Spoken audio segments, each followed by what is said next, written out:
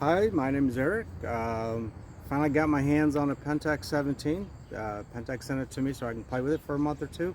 I've seen some gorgeous photos of other people using it. Now I get to have a chance. Freshly lit it up with some Cinestel 50D, and I've seen a lot of good street and landscape type stuff, but what it does have is a remote peg in the back, and what I'm going to do is try some remote firing using Pocket Wizards as my trigger system, and try to catch some birds on my bird feeder. But as you can see, my bird feeder is empty, so I'm going to fill it up here and I'll be right back. Okay, so camera's basically set up. I'm going to attach my Pocket Wizard, and hang on.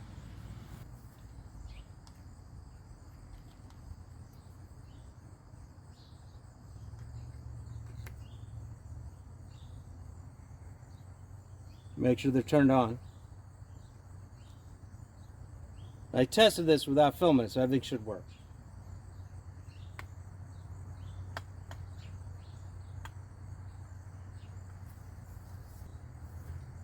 Okay, red light's flashing on the receiver.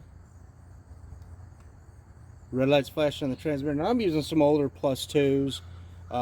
You could totally use +X's or any other transmitter receiver combo. This is just what I happen to have from my studio lights. All right, now it's time to wait for some birds.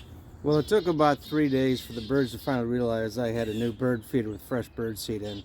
So I've got it all rigged up again.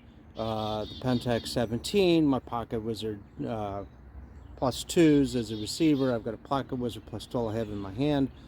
She's wound up, she's ready to go. Unfortunately, because it took a couple of days, I already shot the roll of color, so now I've got a roll of Fuji Acros black and white. So it'll be black and white bird photos, but that's okay. Birds are flying around waiting for me to get out of the way, so hopefully we'll get some good bird shots. Hold on.